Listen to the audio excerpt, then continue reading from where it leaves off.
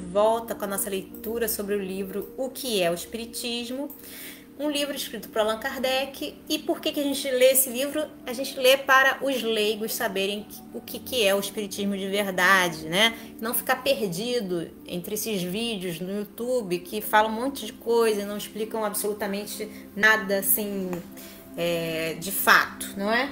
Bom, aqui a gente está recapitulando a aula passada, na qual o padre diz que a Bíblia diz que é proibido se comunicar com os espíritos. E aí, porque isso foi dito por Moisés, né? E aí Allan Kardec diz que não existe essa proibição no Evangelho, porque essa é uma lei mosaica e não uma lei do Evangelho, tá? E nem os judeus que seguem Moisés, eles adotaram essa lei. É uma lei ultrapassada, ok? E aí vamos continuar a nossa leitura de hoje, na qual o padre fala assim: tá bom, a igreja não nega que bons espíritos possam comunicar-se, pois reconhece que os santos também se têm manifestado. Ela, porém, não considera bons aqueles que vêm contradizer seus princípios imutáveis.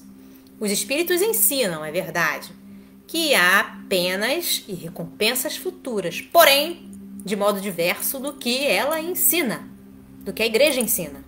Só a igreja pode julgar o que eles pregam e, portanto, só a igreja pode distinguir os bons espíritos dos maus espíritos. Quer dizer que, entre outras palavras, né, a igreja é detentora da verdade absoluta. Então, a gente vai refletir hoje por que as religiões, elas têm esse caráter, né, de achar que só elas possuem a verdade, nada mais que a verdade, né? Elas são detentoras da verdade, elas nunca se enganam, elas nunca cometem erros, né? A verdade está só com a igreja. A igreja que pode. Isso está em todas as religiões, tá, gente? Não é só na religião católica. Isso a gente encontra em todas as religiões.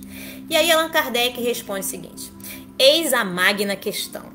Galileu foi acusado de heresia e de ser inspirado pelo demônio porque vinha revelar uma lei da natureza. Vamos frisar isso aqui, ó. Uma lei da natureza, provando o erro de uma crença julgada inatacável. E então foi condenado e excomungado. Quer dizer que vem Galileu lá para os padres e mostra uma coisa que ele descobriu, né? Que tem na natureza, que é a lei natural, uma coisa assim importante, e a igreja quer matar o homem, né? Ele teve que refutar tudo aquilo que ele falou. Ele teve que dizer, os padres falaram: ou você nega isso que você viu, ou a gente vai te condenar, né? Uma coisa assim absurda. E aí Allan Kardec fala o seguinte: se os espíritos tivessem sobre todos os pontos abundado no sentido exclusivo da igreja, né? Se eles só tivessem falado o que a igreja quer que eles falem, né?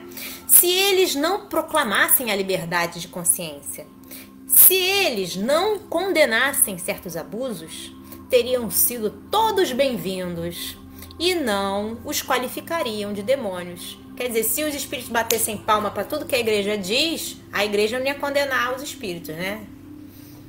Tal é também a razão porque todas as religiões, os muçulmanos, como os católicos, todas, ele está dizendo todas, ele citou dois exemplos, tá?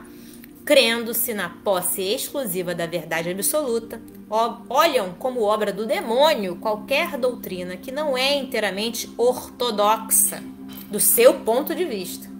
Ora, os espíritos vêm não derribar a religião, eles não vêm destruir a religião, mas, como Galileu, revelar-nos novas leis da natureza.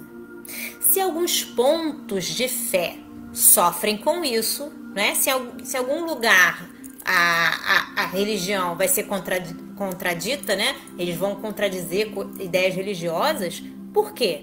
É porque, como na velha crença de girar o sol ao redor da Terra, estão em contradição com essas leis. Então existem leis que a gente ainda não conhece e que quando a gente descobre, vem a religião e diz: ah, isso é coisa do diabo, né? Mas não é. Não é assim. Só porque vai de encontro ao que a igreja diz, chamam que é coisa do diabo, mas não é assim, tá? A questão está em saber se um artigo de fé pode anular uma lei natural, que é obra de Deus. E se, sendo essa lei reconhecida, não será mais racional adaptar a interpretação do dogma a ela do que atribuí-la ao demônio? Não é mais natural isso? Não é racional, não é lógico? Ao invés de você querer transformar completamente a sua ideia, você adapta ela, não é? Porque é uma lei natural, gente. A Terra gira em torno do Sol. Isso é uma lei natural, não é coisa do diabo, né? Então essas revelações que são feitas à humanidade não são para destruir a religião. Se a fé ficar sempre ortodoxa, ela vai perder o poder. E aí vai dar espaço para outras religiões, outras seitas e tal. É melhor se adaptar aos tempos, né? É melhor do que ficar tendo ideias fixas que não levam a gente a lugar nenhum, não ajuda a gente a crescer. Bom, gente, ficamos por aqui por hoje. Espero que vocês estejam gostando e entenderam bem o que está no texto, se eu puder. Espero que eu tenha sido o mais clara possível. E até a próxima. Tchau.